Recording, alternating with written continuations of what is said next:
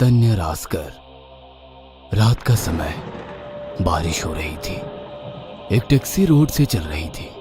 Taxi driver पीछे seat पर बैठे मुझे मिरर से देख रहा था। कहाँ जाना है साहब? आगे पुल पर। टैक्सी पुल की ओर चलने लगती है।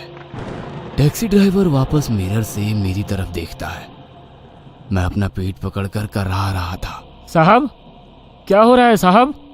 कुछ नहीं, पेट दर्द कर रहा है। कुछ उल्टा सीधा खाया था क्या आपने? याद नहीं, अचानक ही दर्द होने लगा। ड्राइवर परेशान दिखाई दे रहा था। मैं पेट पकड़कर बैठा था। सामने कुछ ही दूरी पर पुल दिखाई दे रही थी।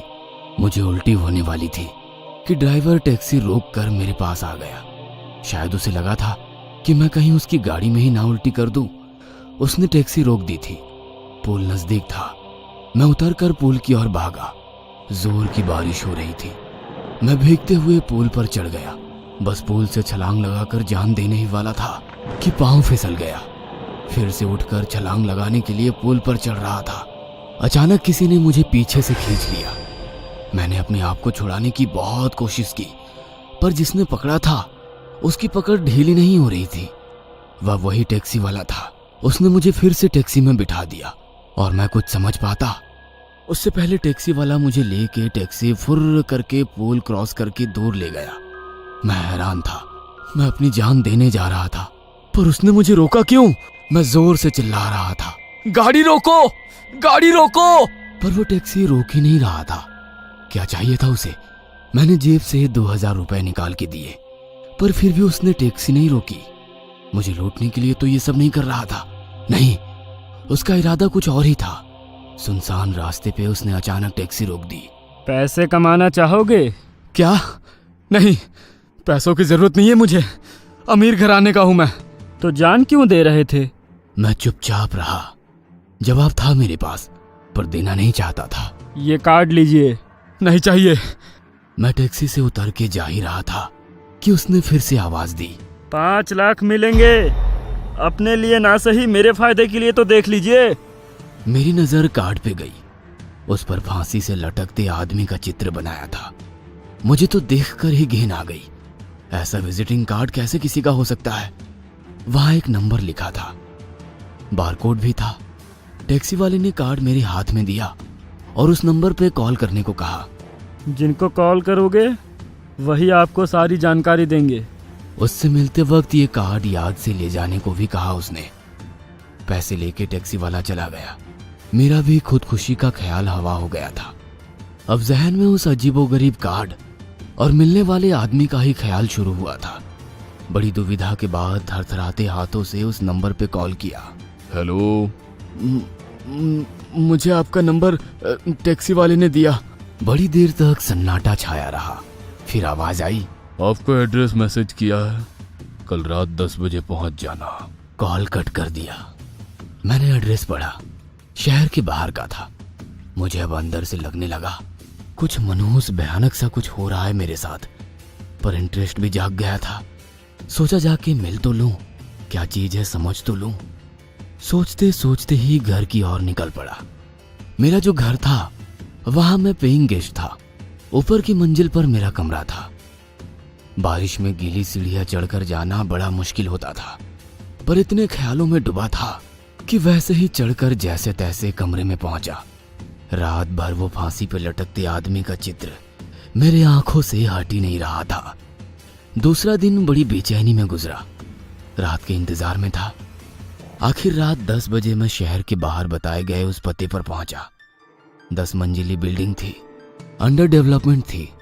टेरेस पे एक आदमी दिखाई दिया। उसने इशारे से ऊपर बुलाया। लिफ्ट तो थी नहीं, फिर भी 10 मंजिलें चढ़कर मैं टेरेस पर पहुंचा। वह आदमी सामने आया। 20-22 साल का यंग लड़का ही था। कार्ड दिखाया। उसने बाहर कोड स्कैन करके कंफर्म कर लिया। मोबाइल पर टैक्सी वाले का फोटो दिखाकर पूछा, क्या इसी से कार्ड मिला? कंफर्म होते ही मुझसे दूर चला गया। कॉल पर किसी से बात कर रहा था। थोड़ी ही देर में 2 आदमी टेरेस पर आए। मुझे काफी देर तक घूर रहे थे कि तभी वो लड़का सामने आया। मेरी तरफ इशारा करके दोनों से पूछा, यही है, बताइए कितने की बेट लगाएंगे? बेट? मैं हैरान हो गया। ये क्या है? किस चीज की बेट? मेरे चेहरे पर सवाल देखकर लड़के ने मुझे कहा, मैं तुम्हें रूल्स बता देता हूँ।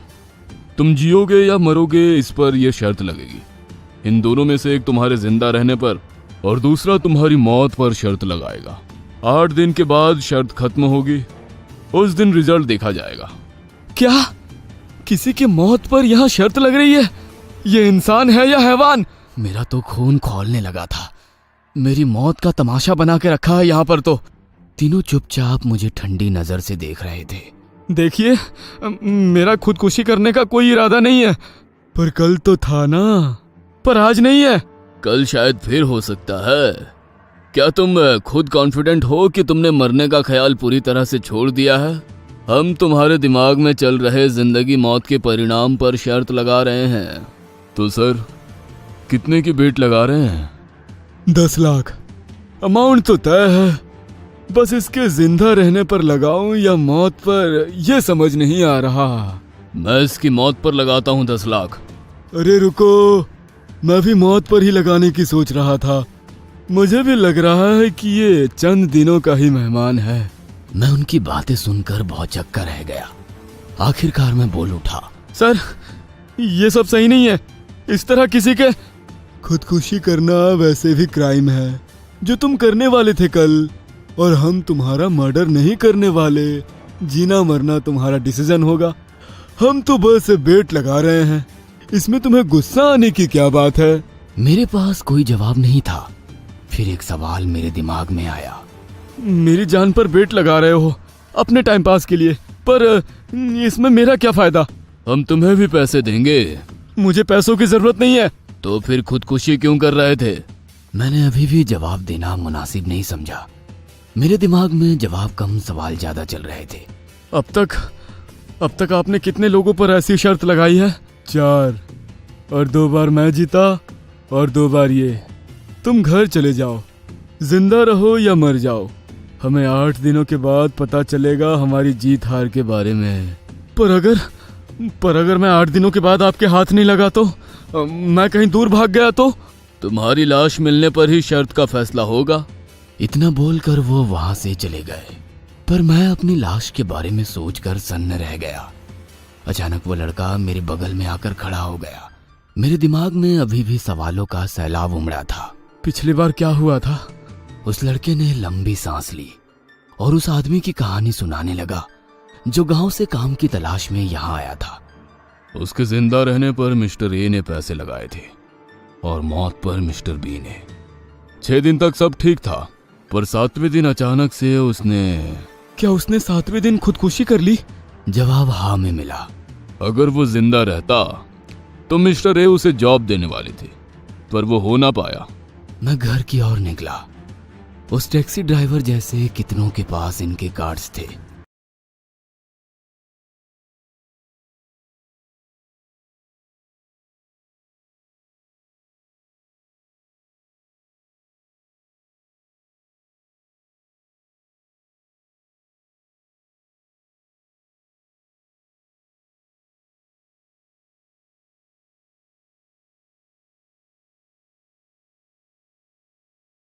की 6 दिन में मेरे खुदकुशी के ख्याल तो बिल्कुल हवा हो गए।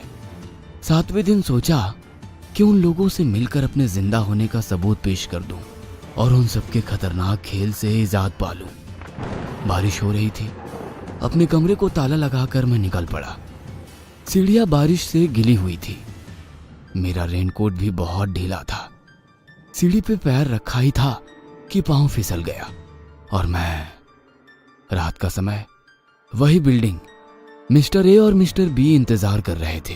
नहीं आएगा, मैं बेट जीत चुका हूं। हम बॉडी मिलने तक इंतजार करते हैं। जीना मरना तो ऊपर वाले के हाथ में है। ये ना तो हम ना कोई और तय कर सकता है, वो तो किस्मत का लिखा होता है। मैंने आंखें खोली। मैं अस्पताल में था। सामने वो लड़का खड़ा था। तुम यहाँ कैसे? 7 दिन बाद दिखे नहीं तो देखने चला आया। हमें लगा कि खैर छोड़ो, तुम्हारे लैंडलॉर्ड से तुम्हारे एक्सीडेंट का पता लगा तो मिलने चला आया। सीढ़ियों से फिसले थे, बहुत ज्यादा मार लगी थी, बचने की उम्मीद नहीं थी। पर जिंदा रहना तुम्हारी किस्मत का लिखा था, बच गए। बाय, मैं जा रहा हूं। मिस्टर ए जानना चाहते हैं तुम खुदकुशी क्यों करना चाहते थे। वजह जिंदा रहने के लिए जरूरी होती है, मरने के लिए नहीं। लड़के ने स्माइल की। जिंदा हो तो वजह भी मिल जाएगी। ये कार्ड रख लो, मिस्टर बी का तोहफा। वह वही कार्ड था जो टैक्सी ड्राइवर ने दिया था, वही डरावने चित्र वाला कार्ड। मैं अब ये कार्ड किसको दे सकता हूं?